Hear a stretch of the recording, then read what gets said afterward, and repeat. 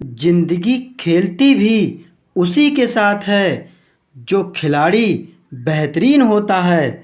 दर्द सबके एक से हैं मगर हौसले सबके अलग अलग हैं।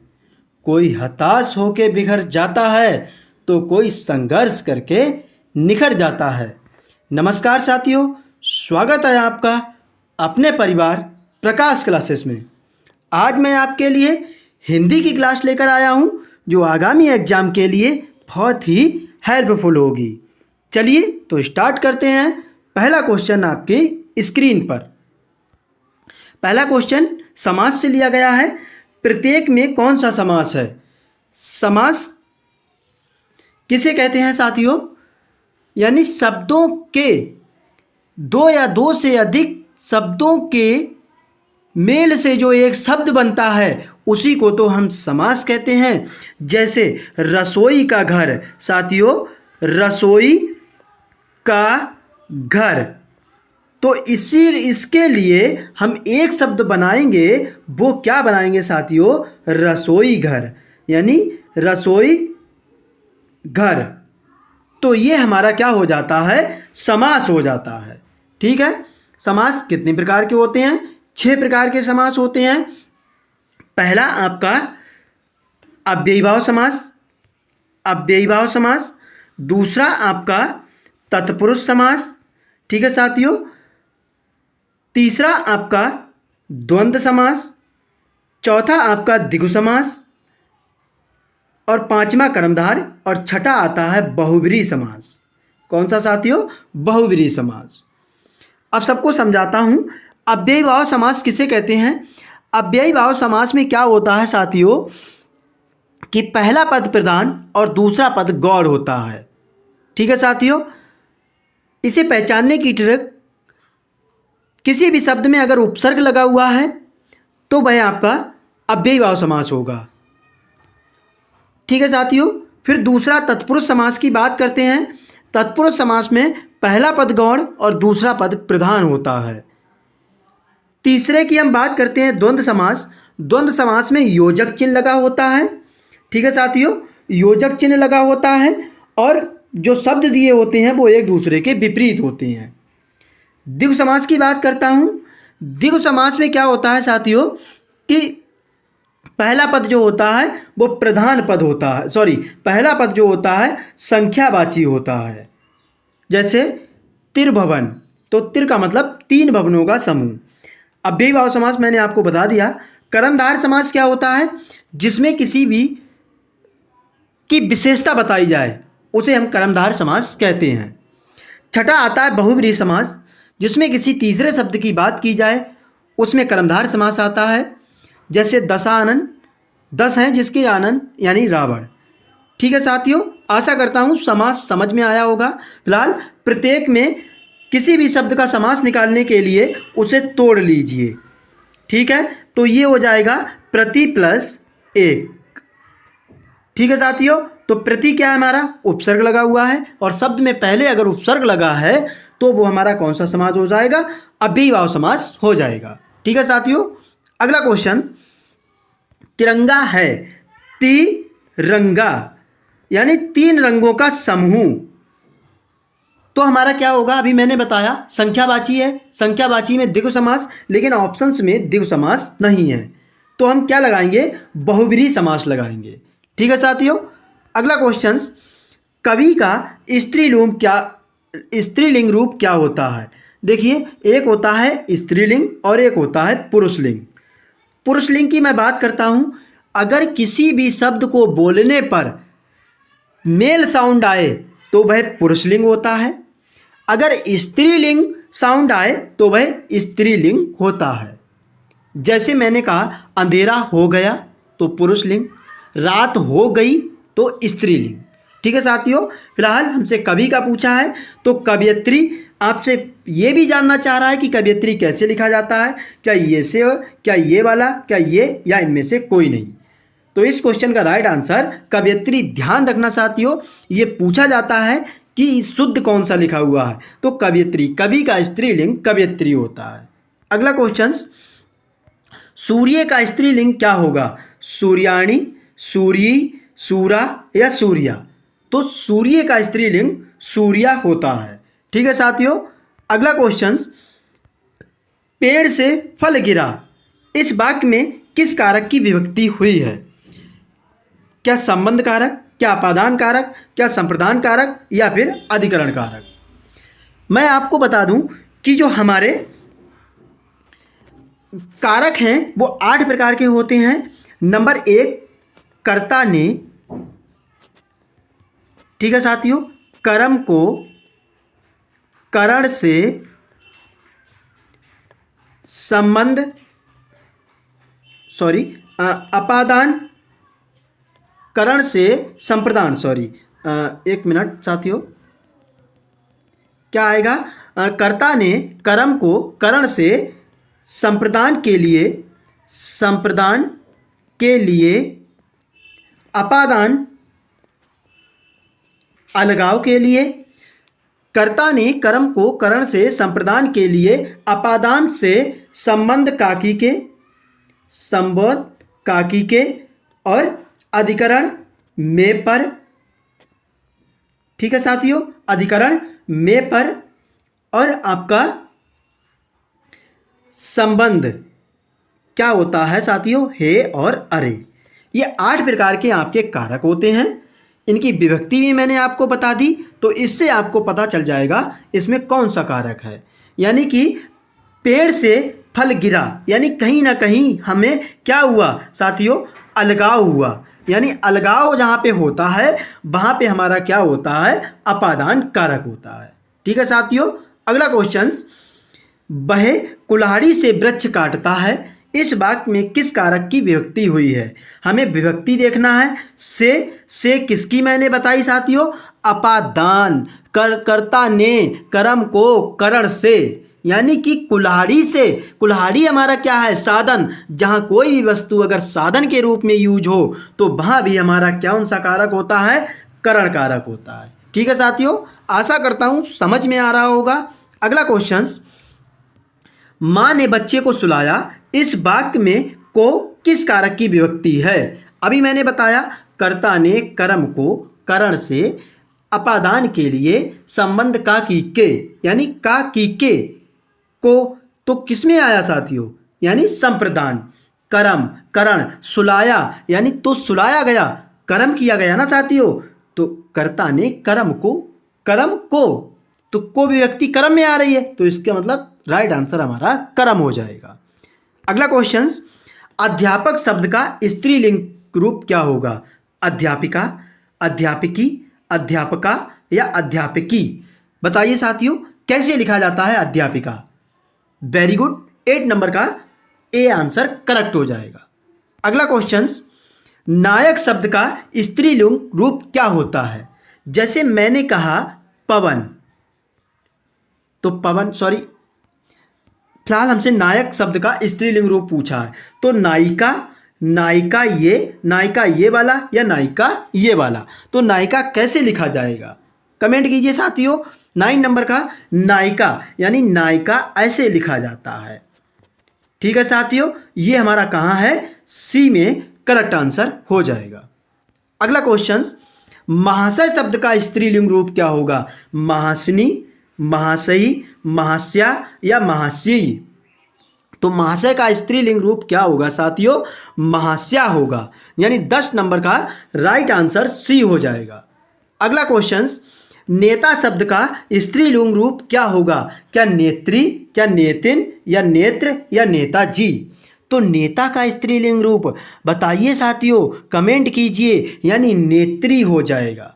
अगला क्वेश्चन, दाता शब्द का स्त्रीलिंग रूप क्या होगा? ये क्वेश्चन साथियों मैंने ऐसे क्वेश्चंस लिए हैं जो एग्जामों में बार बार पूछे जाते हैं। अगर वीडियो पसंद आ रही हो तो प्लीज़ लाइक तो बनता है और शेयर करें ज़्यादा से ज़्यादा। तो दाता का शब्द स्त्रीलिंग रूप क्या होगा? दात्री, यानी 12 नंबर का ऑप्शन डी करेक्ट हो जाएगा। अगला क्वेश्चन, इंद्र शब्द का स्त्रीलिंग रूप क्या होगा? इंद्रा, इंद्राण, इंद्राणी या इंद्राणी? तो 13 नंबर का सी करेक्ट इंद्राणी हो जाएगा। अगला क्वेश्चन, उआ का उच्चारण स्थान क्या होगा? क्या दंत, क्या दंतालु, क्या तालु या मूर्धा। ये मैंने पीछे वीडियो में आपको बहुत अच्छे तरीके से समझाया है। प्लीज़ पीछे वाली वीडियो भी आप देखें, जिनकी प्लेलिस्ट मैंने बना रखी है। फिलहाल उआ, उआ का उच्चारण स्थान क्या होता है? तालु होता है। ठीक है साथियों, और इसे हम नासिक व्यंजन भी कहते हैं। ठीक है, अगला क्वेश्चन, उ ध्वनि का उच्चारण स्थान क्या है? आप बोल करके देखिए साथियों, उ कहाँ से बोला जा रहा है? क्या तालु से, ओष्ठ से, दंत कंठ से या दंतालु से? उ यानी ओठों को बिना चलाए हम बोल ही नहीं सकते, तो इसका मतलब इस क्वेश्चन का राइट आंसर ओष्ठ हो जाएगा। अगला क्वेश्चन, समुच्चय का सही संधि विच्छेद क्या होगा? बताइए साथियों, कमेंट कीजिए। किसी का भी संधि विच्छेद अगर आपको करना है तो उसे तोड़ लीजिए। सम क्या हो जाएगा? सम धन उत प्लस आय, यानी इनको मिल करके आपका समुच्चय बनता है। तो 16 नंबर का राइट आंसर बी हो जाएगा। अगला क्वेश्चन साथियों, सूर्योदय का सही संधि विच्छेद क्या होगा? तो तोड़िए इसे साथियों, सूर्य प्लस उदय किसमें दिया हुआ है? सूर्य प्लस उदय। बताइए साथियों, सी नंबर में, यानी कि 17 नंबर का करेक्ट आंसर सी हो जाएगा। अगला क्वेश्चन, महेंद्र का संधि विच्छेद क्या होगा? इसे भी तोड़ लीजिए। महा प्लस इंद्र, तो महा प्लस इंद्र सी में करेक्ट है। अगला क्वेश्चन, क्या आप जा रहे हैं? क्या मैं कौन सा निपात है? क्या क्या कौन सा निपात है? क्या अवधारण बोधक है? क्या प्रश्न बोधक है? आदर बोधक है? क्या तुलना बोधक है? कमेंट कीजिए साथियों। 19 नंबर का आंसर क्या हो जाएगा? प्रश्न, यानी आपसे प्रश्न पूछा जा रहा है। क्या आप जा रहे हैं? क्या आप खा रहे हैं? तो प्रश्नवाचक ही तो हो जाएगा। ठीक है साथियों, अगला क्वेश्चन, मैं भी यह जानता हूं, इस वाक्य में भी में कौन सा निपात है? क्या बल दिया गया है? निषेधात्मक यानी मना किया गया है? नकारात्मक क्या मना किया गया है? क्या स्वीकारात्मक या कोई चीज़ स्वीकार की गई है? मैं भी ये जानता हूँ, तो यानी कि कहीं बल दिया जा रहा है, तो ये बलदायक निपात हो जाएगा। अगला क्वेश्चन, झूठ मत बोलो, इस वाक्य में मत क्या है? क्या सीमा बोधक, क्या अवधारण बोधक, क्या तुलना बोधक, क्या निषेध बोधक? यानी इस यहाँ पर क्या बात की गई है? 20 नंबर में, यानी मना किया गया है, निषेध किया गया है, तो इसीलिए निषेध बोधक आंसर करेक्ट हो जाएगा। अगला क्वेश्चन, तुम्हें राम ने के आने तक प्रतीक्षा करनी होगी, इस वाक्य में तक कौन सा निपात है? क्या निषेधात्मक निपात, नकारात्मक, बलदायक यानी तक?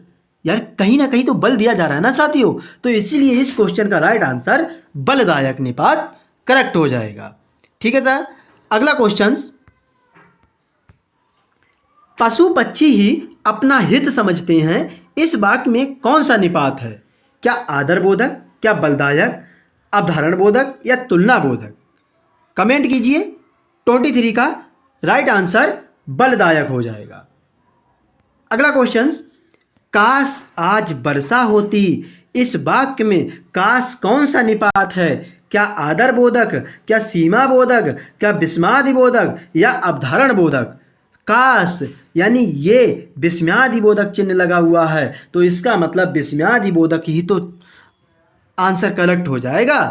अगला क्वेश्चन, निपात कितने प्रकार के होते हैं? 5 प्रकार, 7 प्रकार, 8 प्रकार या 9 प्रकार? 25 का आंसर 9 प्रकार के निपात होते हैं। ये आपको कमेंट करना है कि कौन कौन से निपात होते हैं। अगला क्वेश्चन, उर्वरा शब्द के लिए वाक्यांश है? क्या ऊसर भूमि, क्या समतल भूमि, बंजर भूमि या उपजाऊ भूमि? उर्वरा बताइए साथियों, यानी उर्वरा किसे कहते हैं? जो बंजर पड़ी है भूमि, जिसमें कुछ पैदा नहीं होता है, उसे उर्वरा कहते हैं। नहीं, गलत।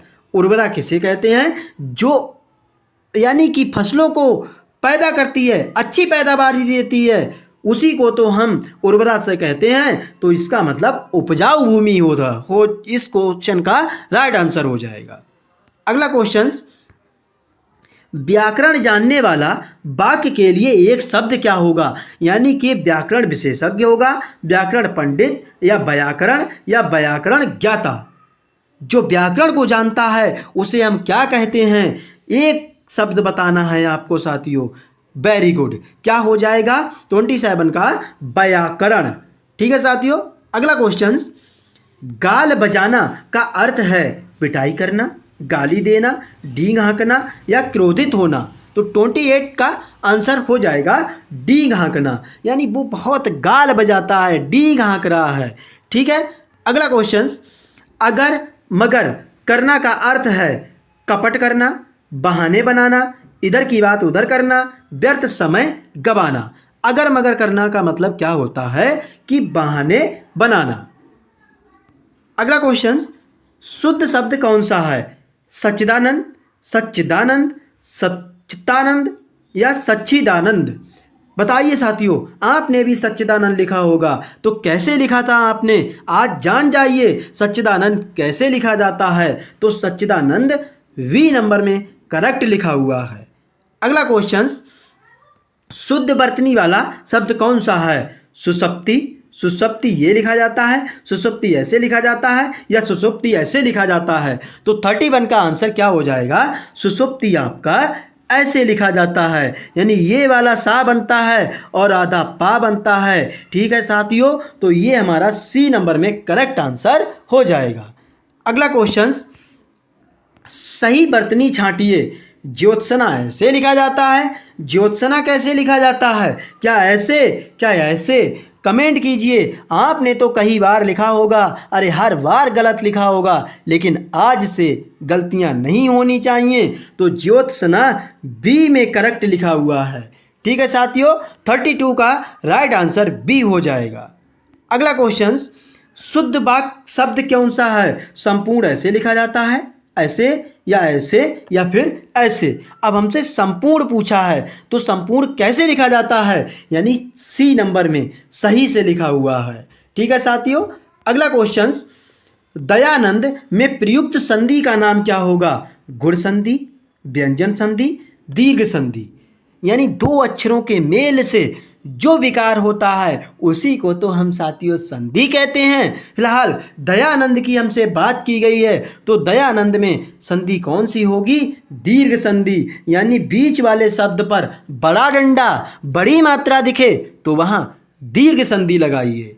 ठीक है साथियों, अगला क्वेश्चन, कपीस में प्रयुक्त संधि का नाम क्या है, यानी बताइए, क्या वृद्धि संधि, क्या विसर्ग, क्या व्यंजन संधि, या दीर्घ संधि। तो 35 का दीर्घ संधि। अभी मैंने आपको बताया बीच में बड़ी मात्रा, तो दीर्घ संधि। ठीक है साथियों,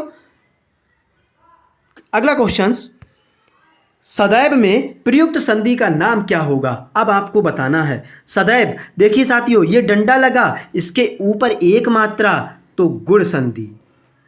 ठीक है, अगर दो मात्राएं लग गई तो वृद्धि संधि, यानी वृद्धि हो गई, तो वृद्धि कहाँ है बताइए साथियों, नहीं पूछा, कोई बात नहीं। अब आपको ये बताना है कि स्वर संधि है, विसर्ग संधि है, दीर्घ संधि है, या व्यंजन संधि है। तो 36 में क्या हो जाएगी, स्वर संधि, यानी ऊपर क्या आ रहा है हमारे, सदा, तोड़िए से, प्लस एब, सदा प्लस एब, यानी ये हमारे क्या आ रहे हैं, स्वर आ रहे हैं, स्वरों का मेल हो रहा है, तो ये इसलिए हमारा इसमें स्वर संधि हो जाएगी। ठीक है साथियों, अगला क्वेश्चन, सन्मति का सही संधि विच्छेद क्या होगा, तोड़िए, सम, धन, अति। ठीक है साथियों, तो ये क्या हो जाएगा, 37 का सत धन मति होगा, सॉरी, सन धन मति, सत धन मति होगा। अगला क्वेश्चन, इत्यादि का इति धन प्लस आदि किस में है, वी में, यानी 38 का राइट आंसर बी हो जाएगा। अगला क्वेश्चन, निम्नलिखित में से कौन सा शब्द वृद्धि संधि का उदाहरण नहीं है, सदैव, सदैव में मैंने अभी बताया दो मात्राएं हैं तो वृद्धि हो गई। परमोदार्य, आप बताइए, गुरु उपदेश, जलौघ में, बताइए साथियों। 39 का आंसर क्या हो जाएगा, गुरु उपदेश, यानी यहाँ पर स्वर संधि है। ठीक है साथियों, अगला क्वेश्चन, निम्न में से दीर्घ संधि युक्त पद कौन सा है? महर्षि, दैत्यारी, सूर्योदय या देवेंद्र। हमसे दीर्घ संधि पूछा है जिसमें बीच में बड़ी मात्रा, तो वो हमारा क्या हो जाएगा? दीर्घ संधि। ठीक है साथियों, बताइए 40 नंबर का राइट आंसर क्या हो जाएगा? गुड, यानी कि इसमें स्वर आ रहा है तो बी नंबर करेक्ट आंसर हो जाएगा। अगला क्वेश्चन, इनमें से कौन स्वर संधि का उदाहरण है? क्या संयोग, पवन, नमस्कार, मनोहर। तो 41 का राइट आंसर क्या हो जाएगा? पवन, यानी पवन जो है आपका स्वर संधि से संबंधित है। अगला क्वेश्चन, पवन का सही संधि विच्छेद क्या होगा? देखिए साथियों, अगर एक सिंह कोई मात्रा नहीं है, इस पर देखिए कोई मात्रा नहीं है, तो हमारी एक मात्रा लग जाती है, पो प्लस अन। ठीक है, अगर मैं पावन कर दूं, यानी एक बड़ी मात्रा आ गई, तो ये हो जाता है पौ प्लस अन। समझ गए होंगे? यानी दो मात्राएं हो जाएंगी अगर एक मात्रा यहाँ लगी हुई है तब। हमसे पवन का पूछा है तो पो प्लस अन, 42 का वी आंसर। ठीक है साथियों, अगला क्वेश्चन, निम्नलिखित शब्दों में से किसमें व्यंजन संधि है? सप्तऋषि में, सत्कार, हिमालय, निराधार। यानी जिसमें आधा व्यंजन हो वही तो हमारी व्यंजन संधि हो जाएगी, तो वी, 43 का राइट आंसर बी है। अगला क्वेश्चन, निम्नलिखित शब्दों में से किसमें विसर्ग संधि है? नरेंद्र, क्या नरेंद्र में, क्या सज्जन में, क्या सदैव में, क्या ऐतब में। तो 44 का ऐतब धन ऐव। ठीक है साथियों, अगला क्वेश्चन, उत धन हार के योग से कौन सा शब्द बनेगा? तो ता और हा मिलकर के किसमें बदल जाएंगे साथियों? दा और धा में मिल चेंज हो जाते हैं, तो उद्धार हमारा बी में करेक्ट लिखा हुआ है। अगला क्वेश्चन, पर्यावरण का सही संधि विच्छेद क्या होगा? तो परिधन आवरण, परिधन आवरण, तो परिधन आवरण डी में करेक्ट आंसर है। ठीक है साथियों, अगला क्वेश्चन, अनुनासिक का संबंध होता है केवल मुंह से, नाक और मुंह दोनों से, केवल नाक से, या इनमें से कोई नहीं। तो किससे होता है? कोई भी शब्द लेकर के देखिए, नाक और मुंह से, दोनों से अगर बोला जाए तो उसे हम अनुनासिक कहते हैं। ठीक है साथियों, अगला क्वेश्चन, अनुनासिक व्यंजन कौन से होते हैं? का वर्ग, चा वर्ग, टा वर्ग, ता वर्ग और पा वर्ग। इनके जो पंचम वर्ण होते हैं साथियों, पंचम वर्ण जो होते हैं वही हमारे अनुनासिक कहलाते हैं। ठीक है, जैसे अड़ा, उआ, ठीक है, फिर टा ठा डा ढा अड़ा, टा ठा डा ढा अड़ा। ठीक है साथियों, फिर ता था दा धा ना, पा फा बा भा मा। ठीक है, ये हमारे क्या हैं? पंचम वर्ण हैं। तो पंचम वर्ण हमारे क्या कहलाते हैं? यानी कि अनुनासिक कहलाते हैं, तो वर्ग के पंचमा अक्षर। ठीक है साथियों, अगला क्वेश्चन, हिंदी वर्णमाला में स्वरों की संख्या कितनी होती है? 8, 9, 11। कमेंट कीजिए। वेरी गुड, कितनी होती है? 11। ये आपको 11 कमेंट करना है कि कौन कौन से होते हैं। अगला क्वेश्चन, जो पहले कभी ना हुआ हो, अद्भुत, अनुपम, अपूर्व या अभूतपूर्व।